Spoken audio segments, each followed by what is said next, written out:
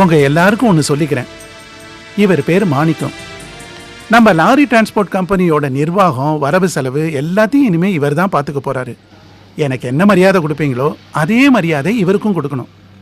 என்ன புரிஞ்சுதா?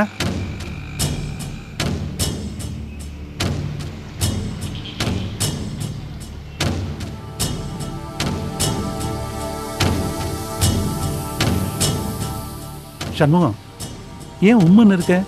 இந்த ஏற்பாடு எனக்கு பிடிக்கல. எனக்கு பிடிச்சிருக்கேன். நான் தானே முதலாளி. இவரே எல்லாத்தையும் பார்த்து பாருனா அப்புறம் நான் எதுக்கு? மாணிக்கத்துக்கு ஒத்தாசையாரு. பிடிக்கலையா? சம்பளத்துக்கு மேல ஒரு அமௌண்ட் தானே, வாங்கிட்டு பேசாம போயிடு.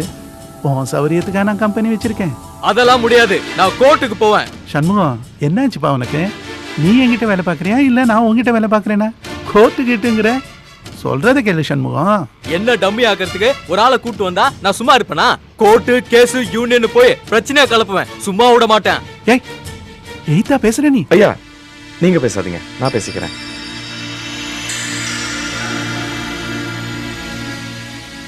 என்னப்பா, என்ன பிரச்சனை? கோர்ட்டு யூனியன் போவியா? நானும் லாரி டிரைவராக இருந்து கிளீனராக இருந்து எல்லா தொழிலையும் பண்ணிட்டு தான் இங்கே வந்திருக்கேன். எனக்கும் இந்த கோர்ட்டு யூனியன்லாம் தெரியும். நீ பண்ணுற தில்லுமுள்ளு வேலைலாம் ஐயாக்கு தெரியாது, எனக்கு நல்லா தெரியும். உதார் விட்டு மிரட்டியா? மிரட்டலை, உண்மை. இது என்ன தெரியுமா? என்னவா? 2 மாதத்துக்கு முன்னாடி 3 லாரி ரிப்பேர்னு அதை ஒர்க் ஷாப்பில் விட்டதா பில்லு வாங்கி கம்பெனியில் பணத்தையும் வாங்கிட்டேன். ஆனால் அதே தேதியில் அதே 3 லாரியை டிம்பர் ஷாப்புக்கு மரலோடு ஏற்றி ஓட்டியிருக்கேன். அந்த பணத்தையும் வாங்கி பாக்கெட்டில் வச்சுட்டேன். அதுக்கான பில்லு இது. அதாவது ஒரே கல்ல 2 மாங்காய். அது ஏதோ தேதி தப்பு. இந்த சமாளிப்பெல்லாம் வேண்டாம். இது வெறும் சாம்பிள் தான். இந்த மாதிரி நிறைய இருக்கு. நீங்க கூட யார் என்ன செய்றீங்கன்னு எனக்கு நல்லா தெரியும்.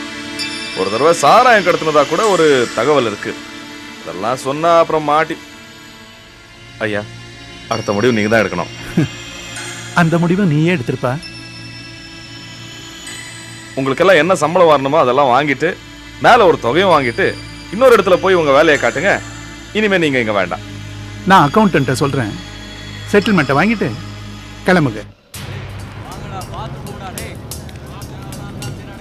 ஐயா, பிரச்சனை பாதி தீர்ந்துருச்சு. மாணிக்கம், இதெல்லாம் எப்படிப்பா கண்டுபிடிச்சேன்?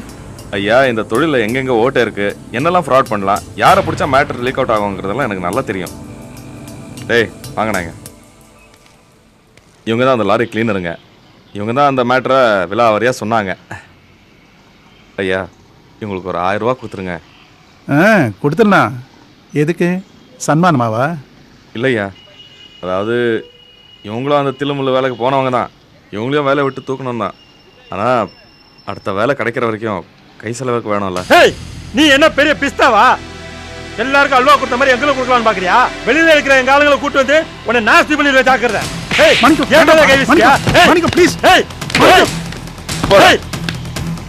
ஆளை கூட்டு வரையா? கூட்டு வாடா, கூட்டு வாடா. யாருன்னு காட்டண்டா? என் மேல கை வீசிட்டல. ஆளை கூட்டு வரா.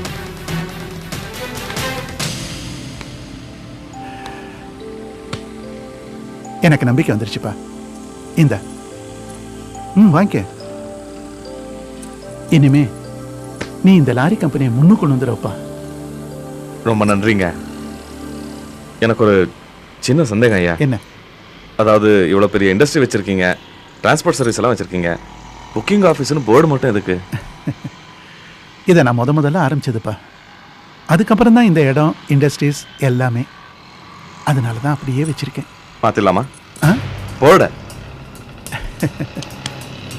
அப்படியே செஞ்சிருப்பா. All the best.